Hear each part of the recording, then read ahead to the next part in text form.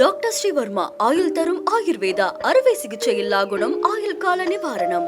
நிச்சயமாக தமிழ்நாட்டில் இருக்கக்கூடிய அத்தனை பகுதிகளிலும் இருக்கக்கூடிய மக்கள் திராவிட முன்னேற்ற கழக ஆட்சி, திராவிட மாடல் 2.0 ஆட்சி, நம்முடைய முதலமைச்சர் அவர்களுடைய தலைமையிலான ஆட்சி மறுபடியும் தமிழ்நாட்டிலே உருவாக வேண்டும் என்ற அந்த எண்ணத்திலே தான் இருக்கிறார்கள். அதனால மிகப்பெரிய வெற்றி உறுதியானது அப்படின்னு நான் நிச்சயமா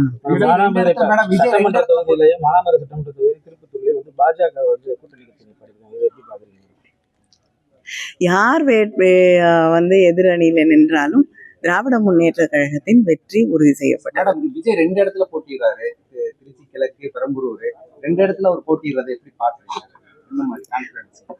அது அவருடைய கான்ஃபிடென்ஸை, அவங்களுடைய கட்சியோட கான்ஃபிடென்ஸை காட்டுதே தவிர நான் அதை பற்றி விமர்சனம் செய்ய விரும்பவில்லை. எங்களுடைய கான்ஃபிடென்ஸை பற்றி கேட்டிங்கன்னா, நாங்கள் முதலமைச்சர் உங்களுக்கே தெளிவாக தெரியும், எங்களோட தலைவர் கலைஞராக இருக்கட்டும், முதலமைச்சர் அண்ணன் தளபதியாக இருக்கட்டும், இது வரைக்கும் ஒரு தொகுதியிலே போட்டியிட்டு அந்த தொகுதியிலே வெற்றி பெற்றவர்களாகத்தான் இருக்கிறார்கள். எங்க கூட்டணி கட்சி அப்ப பிஜேபியோட பட்டியல் வந்துருச்சா? ஏன்னா அவங்களுக்கு சில உங்களுக்கு நல்லா தெரியும், அம்மையார் சோனியா காந்தி அவர்கள் உடல்நலம் இல்லாமல் இருந்தாங்க.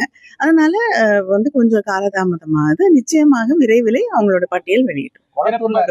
விஜய் அவர்கள் பிரச்சாரம் பண்ணும்போது பிரச்சனை ஆயிடுச்சு, அவங்க வெளியே போயிட்டாங்க, பிரச்சாரம் பண்ண விடாம திமுக காரணம் குற்றச்சாட்டு இல்லைங்க. பசையெல்லாம் உள்ள விட்டு ரொம்ப இடையூறு பண்ணதா என்னங்க, இடையில கவர்மெண்ட் பஸ் எல்லாம் தேவையில்லாம உள்ள வந்துச்சு.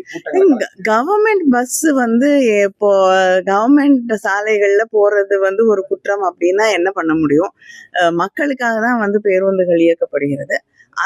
மக்களுக்கு பணி செய்யறேன்னு மக்களுடைய பேருந்துகள், அப்புறம் ஆம்புலன்ஸ் எதுவுமே அந்த பக்கம் போகக்கூடாதுன்னா அது என்ன நியாயம்னு எனக்கு தெரியல. அது மட்டும் இல்லாமல் வெளியிலே வர்றதில்லை. வரும்பொழுதெல்லாம் இந்த நேரத்துல, தேர்தல் நேரத்துல அரசு ஒன்றும் செய்ய முடியாது. தேர்தல் ஆணையம் தான் பெர்மிஷன் கொடுக்கறதோ எதுவா இருந்தாலும் அவங்க கையில இருக்கு. அதை யாராக இருந்தாலும் புரிந்து கொள்ள வேண்டும்.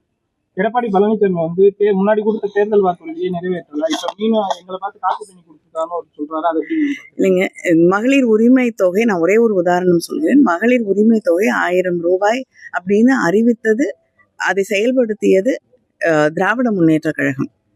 அதை 2000 ரூபாயாக உயர்த்தி தருவேன் என்று நம்முடைய முதலமைச்சர் அவர்கள் அறிவித்தார்கள். அதுக்கு பிறகு நாங்க 2000 ரூபாய் கொடுக்குறோம் அப்படின்னு சொன்னது யாருன்னு உங்களுக்கு தெளிவா தெரியும். அதனால யார் காப்பி பண்ணியிருக்காங்க, யார் காப்பி பண்ணலன்னு தெரியும். நாங்க 8000 ரூபாய்க்கு ஒரு வவுச்சர் தரோம் அப்படின்னு சொன்ன உடனே மக்களுக்கு என்ன தேவையோ அதை வாங்கி கொள்ளலாம்.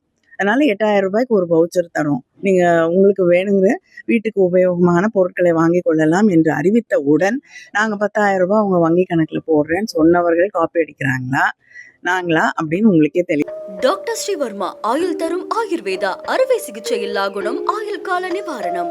Branch express courier private limited. Domestic international cargo உங்கள் இல்லம் தேடி கொரியர் புக்கிங் டெலிவரி செய்து தரப்படும்.